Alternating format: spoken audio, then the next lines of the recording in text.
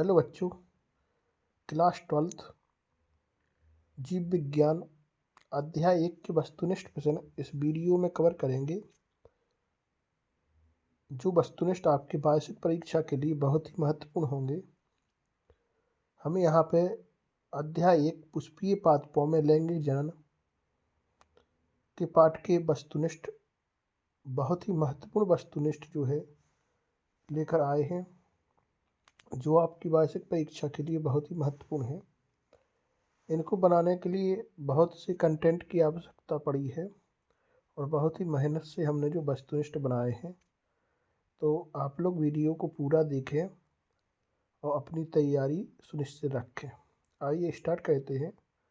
पहला क्वेश्चन है, भ्रूण कोश में प्रवेश के समय परागनलिका में होते हैं, तो भ्रूण कोश में प्रवेश के समय परागनलिका में कितने युग्मक होते हैं? तो हम कह सकते हैं इसमें कि 2 नर युग्मक होते हैं। आइए अगला है, निषेचन की क्रिया है, तो निषेचन की क्रिया क्या कहलाती है? तो निषेचन की क्रिया एक नर युग्मक का, मतलब जो शुक्राणु होता है, नर युग्मक को हम शुक्राणु कहेंगे, तो एक नर युग्मक का अंडाणु से संयोजन या मिलना, तो नर युग्मक का जो है शुक्राणु का अंडाणु से मिलना जो है उसको हम निषेचन कहते हैं। अगला तीसरा क्वेश्चन है, यदि पुष्पीय पादप में गुणसूत्रों की द्विगुणित संख्या 12 होती है, यहाँ पे बात पूछ रहे हैं आपसे पुष्पीय पादप की, तो पुष्पीय पादप की गुणसूत्रों की द्विगुणित संख्या 12 होती है, तब 6 गुणसूत्र उपस्थित होंगे। तो जो 6 गुणसूत्र होते हैं वो सहायक कोशिकाओं में उपस्थित रहते हैं। जो सहायक कोशिकाएं होती हैं उनमें 6 गुणसूत्र उपस्थित रहते हैं, और पुष्पीय पादप में गुणसूत्रों की संख्या द्विगुणित, जो गुणसूत्रों की संख्या होती है जब 12 होती है, तो शेष जो 6 गुणसूत्र होते हैं वो सहायक कोशिकाओं में रहते हैं। अगला क्वेश्चन है, एक बीजपत्री पादप में कलम रोपण संभव नहीं होता। तो जो एक बीजपत्री पौधे होते हैं उनमें कलम रोपण संभव नहीं रहता। उसका कारण है संवहन पुल बिखरे होते हैं।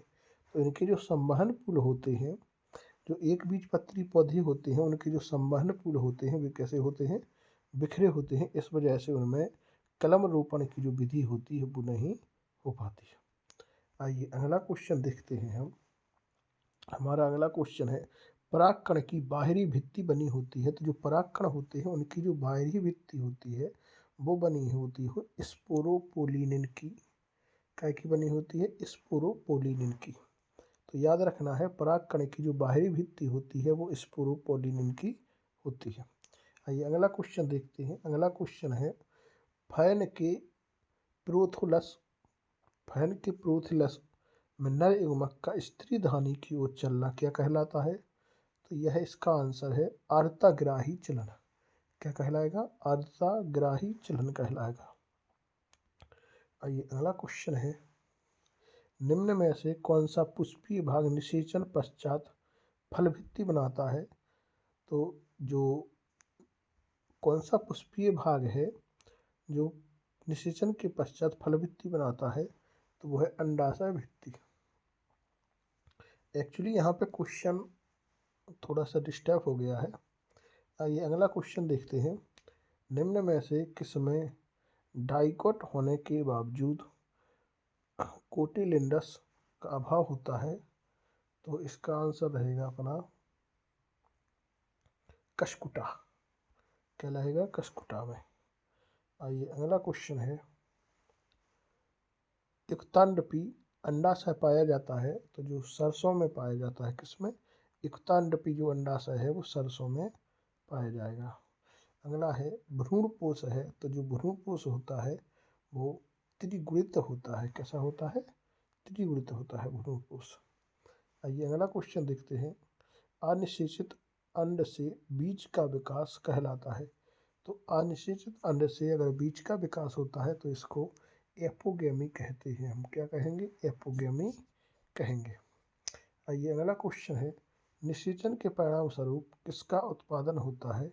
तो निषेचन के परिणाम स्वरूप ट्रिप्लॉइड न्यूक्लियस का उत्पादन होता है। किसका होता है? ट्रिप्लॉइड न्यूक्लियस का उत्पादन होता है। आइए अगला क्वेश्चन है, निषेचन के बाद बाहरी अध्यावरण निर्मित करता है। तो निषेचन के बाद बाहरी अध्यावरण निर्मित कौन कहता है? तो टेस्टा जो होता है वो बाहरी अध्यावरण का निर्मित कहता है। आइए अगला क्वेश्चन है, अलैंगिक जनन में जनकों की संख्या होती है। तो अलैंगिक जनन में जो जनक भाग लेते हैं वो एक ही जनक भाग लेता है। तो अलैंगिक जनन में जो जनकों की संख्या होती है वो एक होती है। ये अगला क्वेश्चन है, अध्यावरणीय से घिरा हुआ कोशिका का एक पुंज होता है। तो अध्यावरणीय से घिरा हुआ जो कोशिका का एक पुंज होता है वो होता है बीजांडकाय।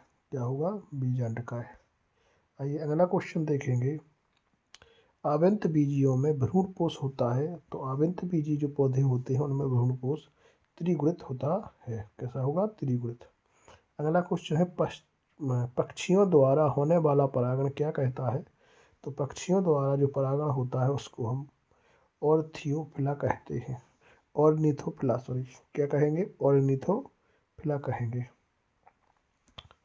अगला क्वेश्चन है, सूर्यमुखी में किस प्रकार के पुंकेसर पाए जाते हैं? तो जो सूरजमुखी होता है उसमें सिंजिनेसियस, क्या है? सिंजिनेसियस प्रकार के पुंकेसर पाए जाएंगे। सिंजिनेसियस प्रकार के पुंकेसर पाए जाएंगे। अगला है, सेब किस प्रकार का फल उदाहरण है एक फल का? तो जो सेब है वो कूट फल के प्रकार का उदाहरण है। कैसा है? कूट फल। अगला 20वां क्वेश्चन है, बीज में भ्रूणपोष का प्रमुख कार्य किस संग्रहण द्वारा होता है? तो भोजन संग्रहण द्वारा भ्रूणपोष का प्रमुख कार्य होता है। अगला क्वेश्चन है, ऊतक जिसके ऊपर बीजांड लगे होते हैं उसे क्या कहते हैं? तो जिसके ऊपर बीजांड लगे हों उसको हम जरायु कहेंगे। क्या कहेंगे? जरायु। आइए अगला क्वेश्चन है, 22वां क्वेश्चन है, पौधों में से किस फल का विकास होता है? तो पौधों में अंडाशय का विकास होता है। किसका होता है? अंडाशय का। अगला है, मक्का के एक बीज पत्र को क्या कहते हैं? तो मक्का के एक बीज पत्र को स्कूटेलम, क्या कहेंगे? स्कूटेलम कहेंगे। तो मक्का के एक बीज पत्र को स्कूटेलम कहते हैं। आइए अगला क्वेश्चन है हमारा, परागकण की बाह्य भित्ति क्या कहलाती है? तो परागकण की जो बाह्य भित्ति है वो बाह्य चूल कहलाएगी। क्या कहलाएगी? बाह्य चूल। अगला 25वां क्वेश्चन है, द्विनिषेचन प्रक्रिया की खोज किसने की थी? तो नवास्चिन ने द्विनिषेचन प्रक्रिया की खोज की थी। आइए अगला है, बेलिस्नेरिया में पराग किस द्वारा होता है? तो बेलिस्नेरिया में जो परागण होता है वो जल के द्वारा होता है। किसके द्वारा होगा? जल के द्वारा होगा। आइए अगला क्वेश्चन है, परागण के अध्ययन को क्या कहते हैं? तो पैलिनोलॉजी जो परागण के अध्ययन को कहते हैं। अगला, सुगंध और मकरंद किस परागित पुष्पों के अनुकूल होते हैं? तो कीट के लिए अनुकूल होते हैं। सुगंध और मकरंद, जो पुष्प सुगंध और मकरंद छोड़ते हैं वो कीटों को आकर्षित करने के लिए छोड़ते हैं जिससे वहाँ पे परागण की क्रिया हो सके। आइए अगला क्वेश्चन है 29वां, कोबरा पादप में परागकण किस द्वारा होता है? तो स्नेल के द्वारा कोबरा पादप में परागकण की क्रिया होती है। अगला है, संवर्धन माध्यम में विकसित होने वाले असंगठित कोशिकीय समूह को क्या कहते हैं? तो संवर्धन माध्यम में विकसित होने वाले असंगठित कोशिकीय समूह को हम कैलस कह देंगे। क्या कहेंगे? कैलस कहेंगे। आइए अगला क्वेश्चन है हमारा, उन हार्मोन्स के नाम बताइए जो अंडाशय को फल में विकसित होने हेतु उत्प्रेरित कहते हैं। तो हार्मोन्स जो हैं वो हैं ऑक्सिन और साइटोकाइनिन। कौन कौन है? ऑक्सिन और साइटोकाइनिन, ऑक्सिन और तथा साइटोकाइनिन। आइए अगला क्वेश्चन है, लघु बीजाणु चतुष्क की गुणता क्या होगी? लघु बीजाणु चतुष्क की जो गुणता होगी वो अगुणित होगी। कैसी होगी? अगुणित होगी। अगला, बीजांड का वह स्थान जहाँ बीजांड व्यंत से जुड़ा होता है क्या कहलाता है? तो बीजांड का वह स्थान जहाँ बीजांड व्यंत से जुड़ा होता है उसको हम हाइलम कहते हैं। क्या कहेंगे? हाइलम कहेंगे। अगला क्वेश्चन है, साल्विया में होने वाला कीट परागण कहलाता है। तो साल्विया में होने वाला जो कीट परागण है वो एंटोफिली कहलाएगा। एंटोमोफिली क्या कहेगा? एंटोमोफिली। साल्विया में होने वाला जो परागण है वो एंटोमोफिली कहलाएगा। आइए अगला क्वेश्चन है, पराग कणों का अंतःचूल किसका बना होता है? तो पराग कणों का जो अंतःचूल है वो सेल्यूलोज व पेक्टिन का बना होता है। किसका? सेल्यूलोज व पेक्टिन का बना होता है। अगला क्वेश्चन है, पुष्पी पादपों में भ्रूणपोष की गुणसूत्रीयता क्या होती है? तो त्रिगुणित होती है। कैसी होती है? त्रिगुणित होती है। अगला, वर्तिका गवर्तिका व अंडाशय किसके भाग होते हैं? तो जी अंडप के भाग होते हैं। किसके होंगे? अंडप के भाग होंगे। आइए अगला क्वेश्चन है, परागनलिका में दो स्पर्म कोशिकाओं का निर्माण किस कोशिका के विभाजन से होता है? तो जो दो स्पर्म कोशिकाओं का निर्माण है जो जनन कोशिकाओं से होता है। किससे? जनन कोशिकाओं से होता है। अगला क्वेश्चन है, आवंतबीजी पौधों में द्विनिषेचन की खोज किसने की थी? तो नवासचिन ने की थी। अगला क्वेश्चन है, एक प्रारूपी आवंतबीजी भ्रूणपोष की आंतरिक संरचना है। तो इनके में 7 कोशिकीय और 8 न्यूक्लिएट की होती है। कैसी? 7 कोशिकीय होती है और 8 न्यूक्लिएट की होती है। अगला है कीटों। अगला क्वेश्चन रहेगा, कीटों एवं वायु द्वारा परागण होता है तो कुमुदनी में किसमें होगा? कुमुदनी में कीटों एवं वायु द्वारा परागण होता है। अगला क्वेश्चन है, निम्नलिखित में से कौन सा कारक पर परागण को प्रोत्साहित करता है? तो इसका आंसर सभी हो गया है, जो मिस्टेक हो गई है यहाँ पे। अगला क्वेश्चन है, भ्रूणपोष नर युग्मक की संलयन से बनता है। तो जो भ्रूणपोष है वो ध्रुवीय न्यूक्लियाई के संलयन से बनेगा। ध्रुवीय न्यूक्लियाई के संलयन से बनेगा। अगला क्वेश्चन है, घास कुल के पौधों में बिना निषेचन के ही बीज का निर्माण होता है जिसे कहते हैं आसंग जनन कहते हैं। जिसे क्या कहेंगे? आसंग जनन कहेंगे।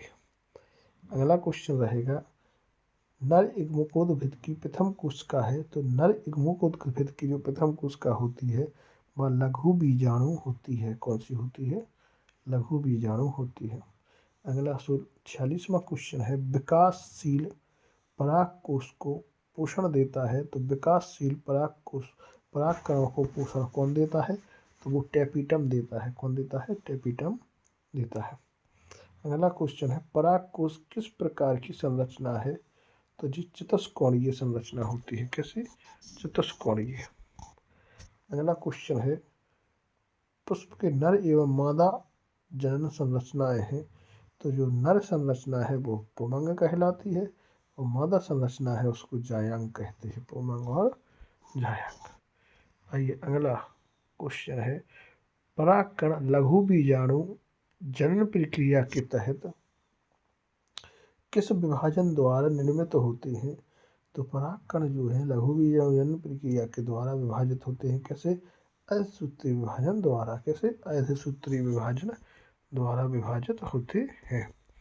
आइए अगला क्वेश्चन है, बीजांड के अंदर असूत्री विभाजन के परिणाम स्वरूप कितने गुरु बीजाणुओं का निर्माण होता है? तो 4 गुरु बीजाणुओं का निर्माण होगा। कितने गुरु बीजाणु? 4 गुरु बीजाणुओं का निर्माण होगा। अगला, भ्रूणकोश को कहते हैं। तो मादा युग्मकोद्भिद जो होता है वही भ्रूणकोश कहलाता है।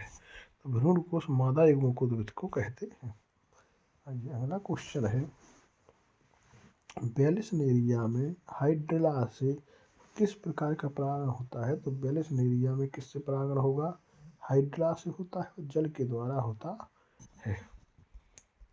आइए अगला क्वेश्चन है, वाटर हायसिंथ एवं वाटर लिली किस प्रकार का परागण है? तो वाटर हायसिंथ एवं वाटर लिली जो है वो है कीट या एवं वायु परागण होता है। आइए नेक्स्ट क्वेश्चन देखते हैं। शलभ एवं युक्का पौधे के बीच किसके द्वारा परागण होता है? तो यह सहसंबंध द्वारा परागण होगा। अगला क्वेश्चन है मटर, मूंगफली एवं सेम आदि किस प्रकार के बीज हैं? तो जो मटर, मूंगफली एवं सेम है यह गैर एल्बुमिनस बीज होते हैं। इनका नाम क्या है? गैर एल्बुमिनस बीज होते हैं। अगला, केला एक फल है तो केला अनिषेक जनित फल है। कैसा है? अनिषेक जनित फल है। आइए अगला क्वेश्चन है गेहूं, मक्का, बाजरा, अरंड आदि किस प्रकार के बीज हैं? तो गेहूं, मक्का, बाजरा, अरंड यह एल्बुमिनस बीज कहलाते हैं। कौन से बीज कहलाएंगे? एल्बुमिनस बीज कहलाएंगे। अगला है सेब, स्ट्रॉबेरी, अखरोट कैसे फल हैं? तो इनको हम आभासी फल कहते हैं। कैसे फल कहते हैं? आभासी फल कहते हैं। आइए अगला क्वेश्चन है पॉलिनियम किस पौधे में पाया जाता है? तो पॉलिनियम मदार या आक के पौधे में पाया जाता है। कौन से में? मदार या आक के पौधे में पाया जाता है। अगला क्वेश्चन है अंजीर के पौधे में किस प्रकार का पुष्पक्रम पाया जाता है? तो अंजीर के पौधे में किस प्रकार का पुष्पक्रम होगा? तो इसका आंसर होगा उदुम्बरक पुष्पक्रम होगा। कौन सा? उदुम्बरक पुष्पक्रम होगा। आइए अगला क्वेश्चन है जो पुष्प सदैव बंद रहते हैं उन्हें क्या कहा जाता है? तो जो पुष्प होते हैं जो सदैव बंद रहते हैं उनको अनमलीय पौध पुष्प कहा जाता है। अनमलीय क्या कहा जाएगा? अनमलीय पुष्प कहा जाएगा। आइए अगला क्वेश्चन है नागफनी के पुष्प में बीजांड किस प्रकार का होता है? तो नागफनी के पुष्प में जो बीजांड होता है जे सरसिनोटोपस। कौन सा होता है? सरसिनोटोपस बीजांड पाया जाता है। अगला, चमगादड़ द्वारा संपन्न होने वाली परागण का नाम क्या है? तो चमगादड़ द्वारा जो संपन्न होने वाला परागण है वो है चिरोप्टेरोफिली। चिरोप्टेरोफिली चिरोप्टेरोफिली। आइए अगला क्वेश्चन है त्रिक संलयन से बीज का कौन सा भाग बनता है? तो त्रिक संलयन से जो बीज का भाग बनता है वो है भ्रूणपोष बनता है। क्या बनता है? भ्रूणपोष बनता है। अगला क्वेश्चन है सालविया में परागण होता है तो सालविया में जो है वो कीट द्वारा परागण होता है। अगला क्वेश्चन है अनिषेक जनन सामान्यतः पाया जाता है तो अनिषेक जनन जो है वो अंगूर में पाया जाता है। किसमें? अंगूर में पाया जाएगा। आइए अगला क्वेश्चन है 67वां क्वेश्चन है किसी अनुर्मिलीय परागणीय पौधे का नाम बताइए।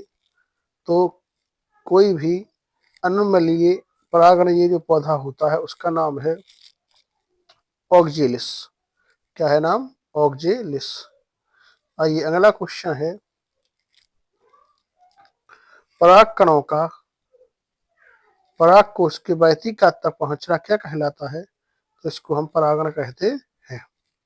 अगला क्वेश्चन है भ्रूण की क्रियाशीलता वाली स्थिति को क्या कहते हैं? तो भ्रूण की अक्रियाशीलता वाली स्थिति को प्रसुप्ति कहते हैं। क्या कहते हैं? प्रसुप्ति कहते हैं। इसके बाद अगला क्वेश्चन है बीज का परिवर्धन होता है तो बीज का जो परिवर्धन होता है वो है बीजांड से। कहाँ से होता है? परिवर्धन मतलब विकास जो होता है वो कहाँ से होता है? वो बीजांड से होता है। तो इसका आंसर होगा बीजांड। आइए अगला क्वेश्चन है निम्न में से कौन सा जीवन में केवल एक बार लैंगिक जनन कहता है? तो वह है यूकेलिप्टस जो पौधा होता है जो जीवन में केवल एक बार लैंगिक जनन करता है। अगला क्वेश्चन है बीज में अपशिष्ट बीजांड काय क्या कहलाता है? तो बीज में जो अपशिष्ट बीजांड काय है ये परिभ्रमण कोश कहलाएगा। क्या? परिभ्रमण कोश कहलाएगा। आइए अगला क्वेश्चन है हमारा, अगला है जीवन में केवल एक बार लैंगिक जनन कहता है तो वह केला है कि जो जीवन में एक बार लैंगिक जनन करता है। अगला क्वेश्चन है एक बीज में एक से अधिक भ्रूणों की उपस्थिति को क्या कहते हैं? तो बहुभ्रूणता कहा जाता है। क्या कहा जाएगा? बहुभ्रूणता कहा जाएगा। इसका आंसर जो है वो है बहुभ्रूणता। अगला क्वेश्चन है किसी परागकोश की लघु बीजाणु धानी की सबसे बाहरी व सबसे भीतरी परत के नाम क्या है? तो उनके जो नाम है वो है एपिडर्मिस और टेपिटम। तो इस प्रकार हमारे जो फर्स्ट लेसन है उसके बहुत ही महत्वपूर्ण वस्तुनिष्ठ कवर हो गए हैं इस वीडियो में।